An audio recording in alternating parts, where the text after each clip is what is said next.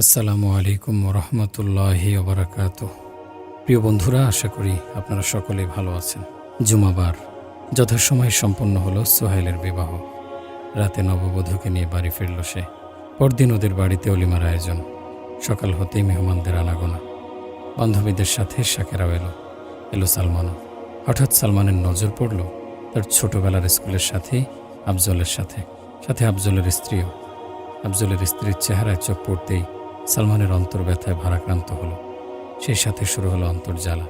আফজল তার স্ত্রীর দিকে ইশারা করে বলল, সালমান, এ আমার ওয়াইফ, নাম বৃষ্টি। বেশ রোমান্টিক ও চটপটে, ভীষণ ভালোবাসে আমাকে। আফজল তার কথা শেষ না করতেই সালমানের সাথে হ্যান্ডশেক করার জন্য তার দিকে হাত বাড়িয়ে দিল বৃষ্টি। কিন্তু সালমান তার হাত না বাড়িয়ে বলল, ক্ষমা করবেন ভাবি, আমি মহিলাদের সাথে হ্যান্ডশেক করি না। আধুনিক যুগের আধুনিক মেয়ে বললে যে একটি প্রতিচ্ছবি মাথায় ভেসে ওঠে, বৃষ্টি যেন তার চেয়েও এক ধাপ এগিয়ে, দারুণ মডার্ন, সেই সাথে অনিন্দ সুন্দরী, ডানাকাটা পরীর মতো। শাড়ি যেভাবে পরিধান করেছে তাতে আশেপাশের সবাই তার দিকে ইচ্ছা অনিচ্ছায় চোখ ফেলছে। কেউ তাকাচ্ছে লোলুপ দৃষ্টিতে, তবে সেদিকে কোনো খেয়াল নেই বৃষ্টির। তার ভাবসাব দেখে মনে হচ্ছে তার উপচে পড়া যৌবন মানুষের সামনে বড় আকর্ষণীয় ভঙ্গিমায় তুলে ধরাই যেন তার প্রধান কাজ। পরনে পাতলা ফিনফিনে জর্জেটের শাড়ি, গায়ে 3 ইঞ্চি বহরের স্যান্ডো ব্লাউজ, ফর্সা ধবধবে পুরো পেটটাই দেখা যাচ্ছে। সেই সাথে দেহের উন্নত স্থানগুলো পরিস্ফুট হয়ে উঠেছে পরিষ্কারভাবে। শুধু তাই নয়, সালমান লক্ষ্য করেছে বাতাসের ঝাপটায় এ পর্যন্ত 4 বার বৃষ্টির বুক থেকে শাড়ির আঁচল খসে পড়েছে। কিন্তু বৃষ্টি খুব ধীরে সুস্থে আঁচলটি বুকের উপর তুলে এনেছে। নির্লজ্জ আর কাকে বলে। এদিকে বৃষ্টির ন্যায় আফজলের মধ্যেও কোনো ভাবান্তর লক্ষ্য করা গেল না। তার চেহারায় ছায়াপাত করল না কোনো লজ্জাবোধ, বরং তার ভাবটা এমন যে স্ত্রীর সুন্দর দেহটা লোকদেরকে দেখাতে পেরে সেও যেন গর্বিত, দারুণ আনন্দিত। বেহাপনা ও নির্লজ্জতা সালমানের মোটেই সহ্য হয় না। এসব দেখলে তার গায়ের রক্ত গরম হয়ে ওঠে। সালমান জানে আফজলের ঘাড় একটু তেড়া। আফজলের ব্যাপারে সেও জানে যে সহজ কথায়ও দমবার পাত্র নয়। শুধু মুখের কথায় ওকে কাবু করা যাবে না, মুখের কথায় কোনো কাজও হবে না। তাই সালমান ভাবতে লাগলো কি করা যায়। সালমানের মাথায় একটি চমৎকার বুদ্ধি এলো, তাই দেরি না করে দ্রুত সে অনুযায়ী কাজ করল। প্রথমে সে একটি ছেলেকে খোসামুক্ত একটি সাগর কলা আনতে বলে আফজলকে লক্ষ্য করে বলল, চলো ঘরে গিয়ে বসি, বাকি আলাপ সেখানে গিয়েই করব। ঠিক 10 মিনিটের মাথায় ছেলেটি একটি খোসামুক্ত সাগর কলা সালমানের হাতে দিল। সালমান এই কলাটি আফজলের হাতে দিয়ে রসিকতা করে বলল, নে আফজল, খা। আফজল কলা খেতে অস্বীকৃতি জানালো, বলল, কাউকে কলা খেতে দিলে কি খোসা ছাড়িয়ে দিতে হয়? খোসা ছাড়ানো কলা কি কেউ খায়? রুচিরও তো একটা ব্যাপার স্যাপার আছে।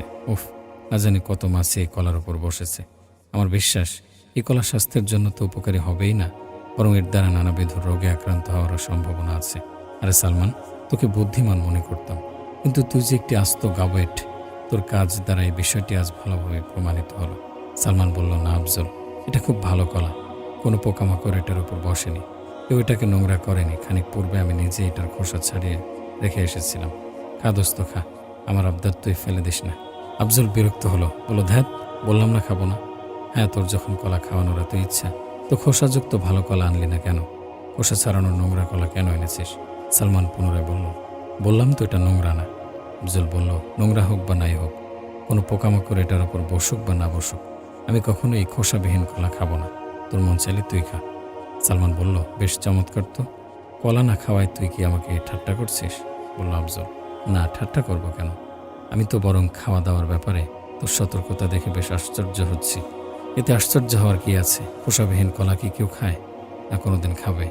হোক না এটা ভালো কলা, তবু সবাই এটার দিকে তাচ্ছিল্যের দৃষ্টিতেই তাকাবে। কারণ এই কথা সবাই জানে যে কোনো আবরণী বস্তু যখন আবরণহীন হয়ে যায় তখন তার মূল্য হ্রাস পায়। সালমান একটু মুচকি হেসে বলল, আফজল, সত্যি কি আবরণী বস্তু আবরণহীন হয়ে গেলে তার মূল্য হ্রাস পায়? অবশ্যই হ্রাস পায়, আফজলের তড়িৎ উত্তর। এবার সালমান বিচক্ষণ জেরাকারের ভূমিতে বলল, আফজল, যখন তুই নিজেই স্বীকার করছিস যে আবরণী বস্তু আবরণহীন হয়ে গেলে তার মূল্য কমে যায়, তাহলে সেও প্রিয়তম স্ত্রীকে কিভাবে তুই অর্ধ উলঙ্গ তথা আবরণহীন করে রেখেছিস? অথচ এই পৃথিবীতে নারীরাই হলো সবচেয়ে বড় আবরণী বস্তু। আফজল, আমি আশ্চর্য হচ্ছি এই ভেবে যে খোসাবিহীন কলা খেতে তোর ঘৃণা হয়, কারণ তাতে মশামাছি ও পোকামাকড় বসে এবং ওটাকে নোংরা করে দেয়। অথচ তোর সুন্দর স্ত্রীকে সাজিয়ে গুজিয়ে আবরণহীন করে লোকালয়ে নিয়ে এসেছিস, যার ফলে পরপুরুষের লোলুপ দৃষ্টিতে তোর স্ত্রীর গোটা শরীর নোংরা হয়ে যাচ্ছে। এই নোংরা শরীরকে সঙ্গে নিয়ে রাত্রি যাপন করতে তোর কি একটু ঘৃণা হয় না? তোর কাছে কি তোর স্ত্রীর মূল্য একটি কলার চাইতেও কম?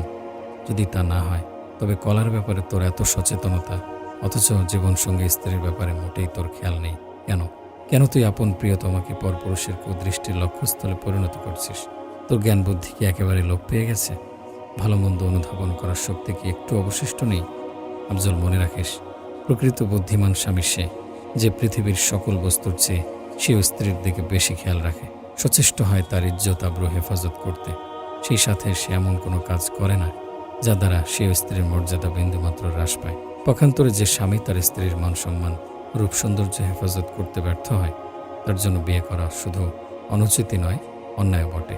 এ পর্যায়ে এসে সালমান লক্ষ্য করল আফজলের চোখে পানি টলমল করছে। তাই সে প্রসঙ্গ বদলে বলল, কি আফজল, তোর চোখে পানি? বিয়েবাড়িতে কেউ কি কখনো কাঁদে?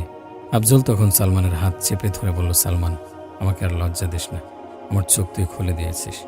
আমি তোর হাতে হাত রেখে অঙ্গীকার করছি যে আজকের পর থেকে বৃষ্টিকে আর কখনো পরপুরুষের সামনে যেতে দেব না। সবসময় শরীয়ত সম্মত পোশাক পরতে বলব।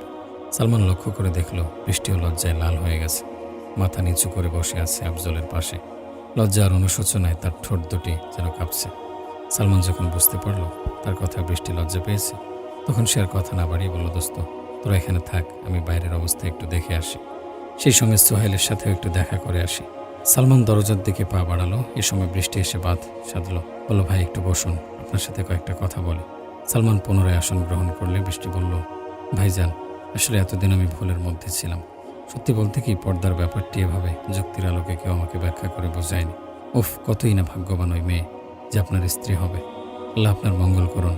তবে ভাই, একটি কথা না বলে পারছি না। বলুন। বর্তমানে আমি যেভাবে স্বীয় যোগ্যতা ও দক্ষতা কাজের মাধ্যমে মানুষের সামনে প্রকাশ করতে পারি, সেই সাথে সংসার পরিচালনার অর্থ যোগান দিতে স্বামীর সাথে আমিও যেভাবে উপার্জন করতে পারি, পর্দার বিধান মানলে তো তার পারব না। ইসলাম তো নারীকে সে অধিকার দেয়নি। ইসলাম তো নারীকে বন্দিশালায় আবদ্ধ করে রাখতে চায়। পর্দার কথা বলে তাকে চার দেয়ালে পুরে রাখে। ফলে তারা তাদের ন্যায্য অধিকার থেকে বঞ্চিত হয়। সালমান বলল, ভাবি, আপনার কি বলা শেষ হয়েছে? হ্যাঁ, শেষ হয়েছে, বৃষ্টির উত্তর। সালমান বলল, তাহলে এবার মন দিয়ে শুনুন। ইসলাম সম্পর্কে আপনার ধারণা সুস্পষ্ট নয়। সেই সাথে আপনি এতক্ষণ যা বললেন তাও ঠিক নয়। যে লোক আপনাকে এসব কথা বলেছে সে সম্পূর্ণ মিথ্যা, বানোয়াট ও ভিত্তিহীন কথা বলেছে। তবে কি আপনি বলতে চান যে ইসলাম নারীকে তার মেধা ও যোগ্যতা বিকাশের সুযোগ দিয়েছে? একজন নারী কি পর্দায় থেকেও তার মেধার স্বাক্ষর জনসমাজে রাখতে সক্ষম? সালমান একটু হাসল। বলল, কেন পারবে না?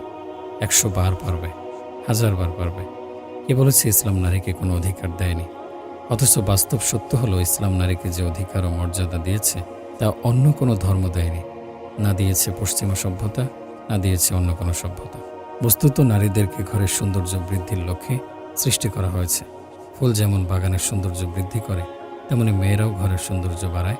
নারীদেরকে উপার্জন কিংবা সংসারের হাল ধরার জন্য বানানো হয়নি।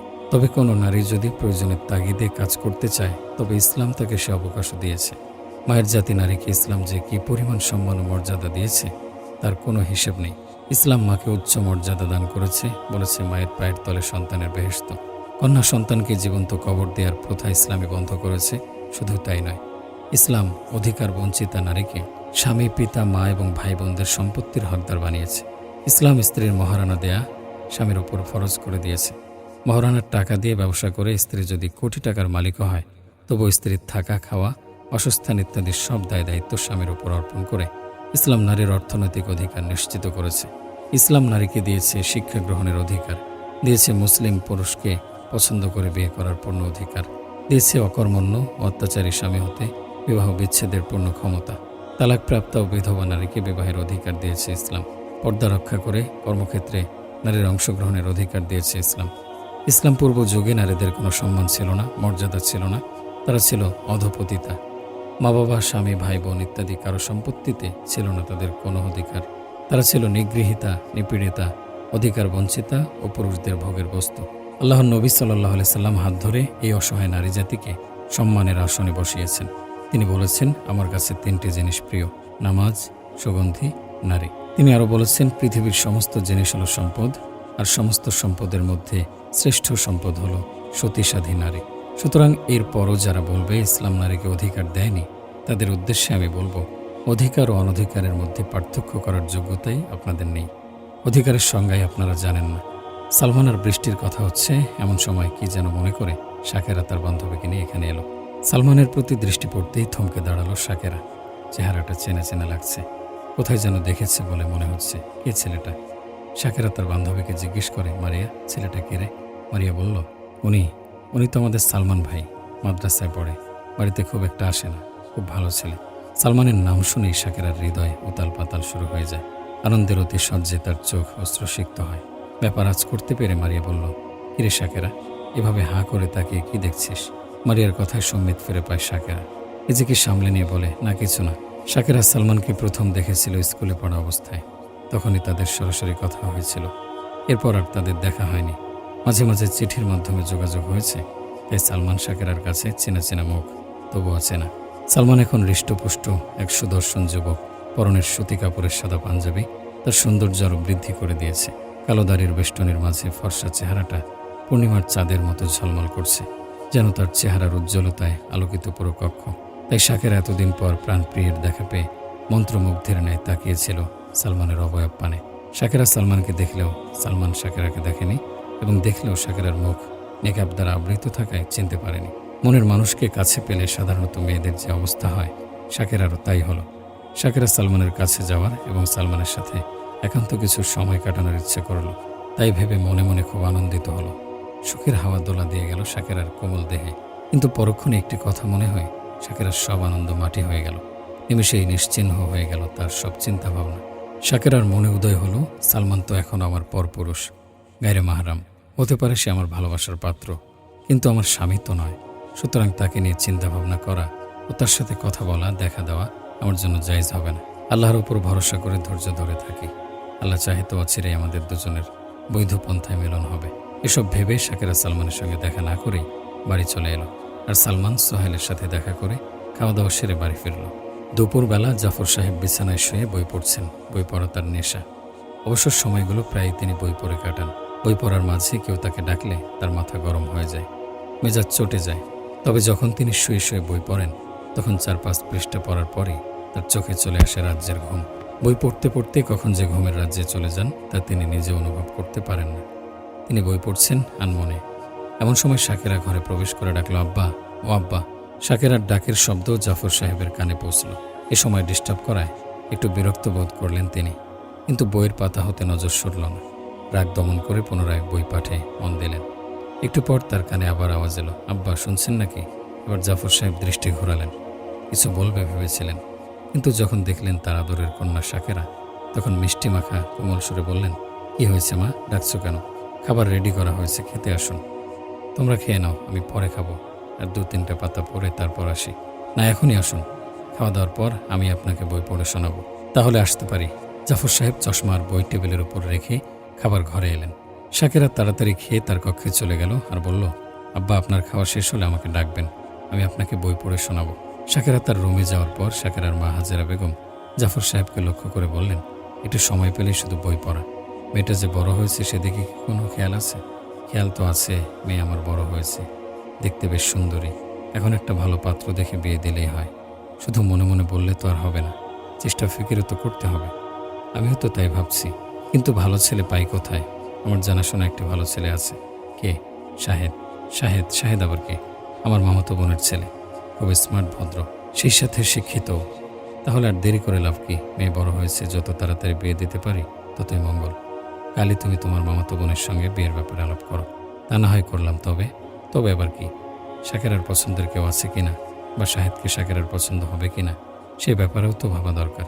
তাই বলছিলাম কি, মামাতো বোনের সাথে বিয়ের ব্যাপারে কথা বলার আগে শাকেরার সাথে কথা বলে নিলে ভালো হতো না? তুমি যে কি বলো, শাকেরার কাছে জিজ্ঞেস করার কি আছে? আমরা শাকেরার মা বাবা, আমরা পছন্দ করে যেখানে বিয়ে দেব সেখানে সে যেতে বাধ্য থাকবে। মেয়েকে এত প্রশ্রয় দিও না, বুঝলে? এটা প্রশ্রয় নয়, এটা তার অধিকার। ইসলাম প্রাপ্তবয়স্ক ছেলে মেয়েকে অভিভাবকের সম্মতিক্রমে নিজের পছন্দের পাত্রপাত্রীকে বিয়ে করার পূর্ণ অধিকার দিয়েছে। তাছাড়া যে সারা জীবন সংসার করবে তার পছন্দই তো বড়। আমরা আর কয়দিন বাঁচব? সুতরাং আগে শাকেরাকে জিজ্ঞেস করে দেখি ও কি বলে। আচ্ছা, ডাকো ওকে। এখন থাক, পরে অন্য সময় জিজ্ঞেস করা যাবে। এখন বিছানায় গিয়ে একটু আরাম করুন, ভালো লাগবে। জানেনই তো দুপুরে খাওয়া দাওয়ার পর কায়লোলা করার জন্য। তাই তো, আমি তো ভুলেই গিয়েছিলাম, মনে করে দিয়ে ভালোই করেছো। আল্লাহ তোমাকে উত্তম বিনিময় দান করুন। কথায় বলে দেয়ালেরও কান আছে। শাকেরার বাবা মা ওর বিয়ের ব্যাপারে আলোচনা করছেন। এ কথাটা কিভাবে যেন সালমানের কানে পৌঁছে গেল। সালমান যদিও শরীয় বিধানের প্রতি শ্রদ্ধা জানিয়ে শাকেরার সাথে প্রেম করেনি, তবুও তার মনের ইচ্ছা ছিল পড়াশোনা শেষ করার পর শাকেরাকে বধূ বানাবে। যে ভালোবাসা পাওয়ার জন্য শাকেরা ছিল উন্মুখ, বিয়ের মাধ্যমে সেই ভালোবাসার ভিত্তি স্থাপন হবে। শাকেরাকে নিয়ে গড়ে তুলবে সুখের নীড়। তাই শাকেরার বিয়ের কথা শুনে চিন্তায় পড়ে গেল সালমান। ভাবতে লাগলো এখন কি করা যায়। অবশেষে কিছু খুঁজে না পেয়ে বন্ধু সোহাইলের কাছে ফোন দিল। বলল সব কিছু। সোহেল বলল, এতে চিন্তার কি আছে?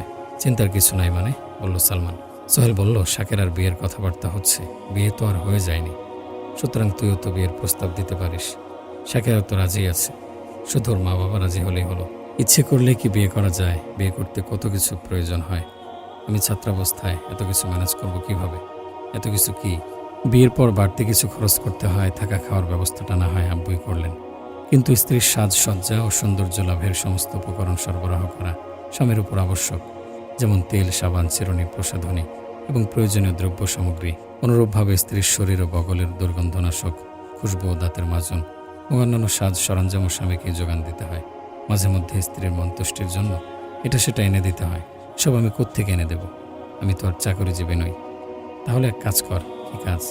শাকেরার আব্বাকে বলবি যে আমি এখন ছাত্র, সুতরাং বিয়ের পর শাকেরা আপনাদের বাড়িতে থাকবে, পড়াশোনা শেষ করার পর আমাদের বাড়িতে নেব। তা সম্ভব না। কেন? তুই তো জানিস আমি কাপুরুষ নই। বিয়ে করার পর সে স্ত্রীকে শ্বশুরালয়ে রেখে আমি বোকা ও দায়িত্বহীন স্বামী হতে চাই না। তাহলে কি করবি? ভেবে দেখি কি করা যায়। এখন রাখি, মোবাইলের ব্যালেন্স হয়তো প্রায় শেষ। ভাবল সালমান, শাকেরার কাছে একটি চিঠি পাঠাই। চিঠিতে লিখে দেব যে, শাকেরা, আমার লেখাপড়া শেষ হওয়ার পর আমি তোমাকে বিয়ে করব। তুমি আর একটা বৎসর তোমার আব্বু আম্মুকে বুঝিয়ে রাখো। বার্ষিক পরীক্ষার পরে আমি তোমার আব্বুর কাছে বিয়ের প্রস্তাব পাঠাবো। যে ভাবা সে কাজ। সালমান চিঠি লিখল শাকেরার কাছে। চিঠির শেষে একটি কবিতা লিখল এভাবে: শাকেরা, তুমি ধৈর্য ধরো, সাহস রাখো বুকে, কিছুতেই কিছু হবে না তোমার, যাই বলুক লোকে। থাকে যদি হৃদয়ের টান আমার প্রতি তোমার, সকল বাধা ছিন্ন হবে, হবে চোরমার। তোমার আমার মিলন যদি লিখে রাখেন প্রভু, অন্যের সাথে তোমার বিয়ে হবে না কভু।